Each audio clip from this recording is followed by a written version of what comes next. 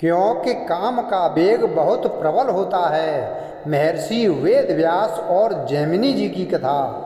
एक बार की बात है, महर्षि वेद व्यास अपने आश्रम में तरुण ब्रह्मचारियों को व्याख्यान दे रहे थे। इस व्याख्यान के दौरान वे बता रहे थे कि तरुण ब्रह्मचारियों को स्त्रियों से हमेशा सावधान और सतर्क रहना चाहिए, क्योंकि काम का वेग बहुत शक्तिशाली होता है, अतः किसी भी ब्रह्मचारी के शिकार हो जाने का खतरा है। यह सुनकर वहाँ उपस्थित ब्रह्मचारियों में से एक तरुण ब्रह्मचारी खड़ा हुआ और बोला, गुरुजी, आपका कथन गलत है। मुझे कोई भी स्त्री अपनी ओर आकर्षित नहीं कर सकती। मैं पूर्ण ब्रह्मचारी हूँ। वेद व्यास जी बोले, जैमिनी, तुम्हें जल्द ही अनुभव हो जाएगा। मैं अभी कुछ दिनों के लिए बाहर जा रहा हूँ। मैं 3 महीने में लौटूंगा। सावधान रहना और अहंकार में आकर अपनी अति प्रशंसा मत करना। महर्षि वेद व्यास ने अपनी यौगिक शक्ति से एक ऐसी सर्वानुपूर्ण सुंदर युवती का रूप धारण कर लिया, जिसके हृदय को भेदने वाले तीखे नयन, जिसका चेहरा सौम्य की तरह सुहावना और मोहक तथा जिसका शरीर अति सुंदर वस्त्रों से सुसज्जित था। वह सुंदर युवती संध्या के समय एक पहाड़ पर एक पेड़ के नीचे जाकर खड़ी हो गई। अकस्मात बादल इकट्ठे हो गए और वर्षा प्रारंभ हो गई। संयोग से उस समय सभी ऋषि गंगा स्नान करके अपने आश्रम की ओर जा रहे थे। जैमिनी भी आते हुए पेड़ के पास से गुजर रहे थे। उस युवती ने जैमिनी जी से कहा, भगवान, शाम का समय है, रात्रि होने वाली है, वर्षा भी हो रही है, मैं अपना घर भूल गई हूँ। आज रात्रि में आप अपने आश्रम में मुझे जगह दे देंगे क्या?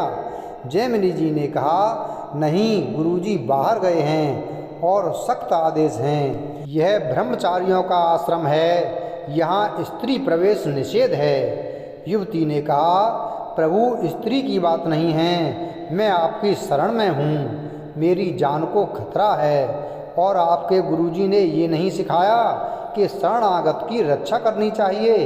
जैमिनी जी ने कहा, बात तो तुम्हारी सही है, स्त्री शरीर है, गुरुजी हैं नहीं और तुम्हारी रक्षा भी करनी है।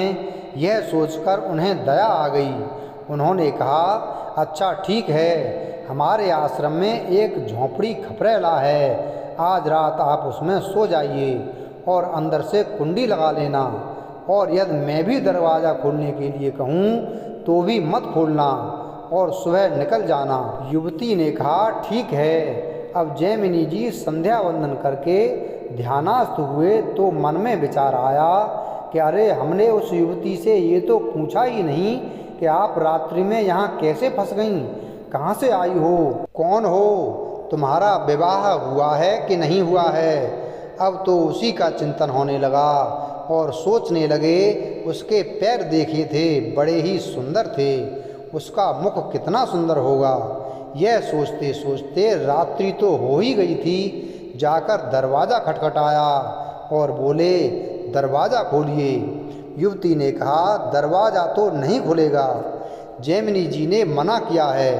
वे बोले, मैं जैमिनी ही हूँ, लेकिन फिर भी दरवाज़ा नहीं खुला। तो जैमिनी जी ने छत पर चढ़कर खपरेल हटाई और उसमें अंदर घुस गए। जाकर देखा तो वो सुंदर स्त्री यौवन अवस्था में, सुंदर आँखें, गुलाबी गाल, लाल लाल होठ देखकर मुग्ध हो गए और अब सब कुछ पूछना भूल गए। सिर्फ यही पूछा कि तुम्हारा विवाह हो गया है? युवती ने कहा, नहीं। विवाह करोगी? उसने कहा, हाँ करेंगे। जैमिनी जी बोले, मुझसे करोगी? युवती बोली कि आप जैसा कोई संत मिल जाए तो विवाह तो कर ही लेंगे, लेकिन हमारी एक शर्त है। जहाँ आप स्नान करने गए थे वहाँ एक काली जी का मंदिर है। आप अपना मुँह काला करके हमें पीठ पर बैठाकर उस मंदिर तक ले चलो। वहाँ मंदिर में हम तुम्हारे जयमाला डाल देंगे। जैमिनी जी ने सोचा, रात है, अंधेरा है, कौन देख रहा है। जैमिनी जी ने उस युवती को पीठ पर बिठाया और घुटनों के बल चलते हुए मंदिर तक पहुंच गए। वहां जाकर वेद व्यास जी ने अपने असली रूप में आकर जैमिनी जी को 2 थप्पड़ मारे और बोले, बताओ जैमिनी, काम प्रबल है कि नहीं। जैमिनी जी शर्मिंदा हो गए और मान गए कि काम प्रबल है और एक तरुण ब्रह्मचारी को स्त्री से सावधान और सतर्क रहना चाहिए। यह दृष्टांत हमें बताता है कि जब एक महान ऋषि माया के प्रभाव से चला जा सकता है तो हम क्या चीज़ हैं, इसलिए सावधान रहना चाहिए। वीडियो अगर पसंद आया हो तो वीडियो को लाइक करें, चैनल को सब्सक्राइब करें और बेल आइकन प्रेस करें। धन्यवाद।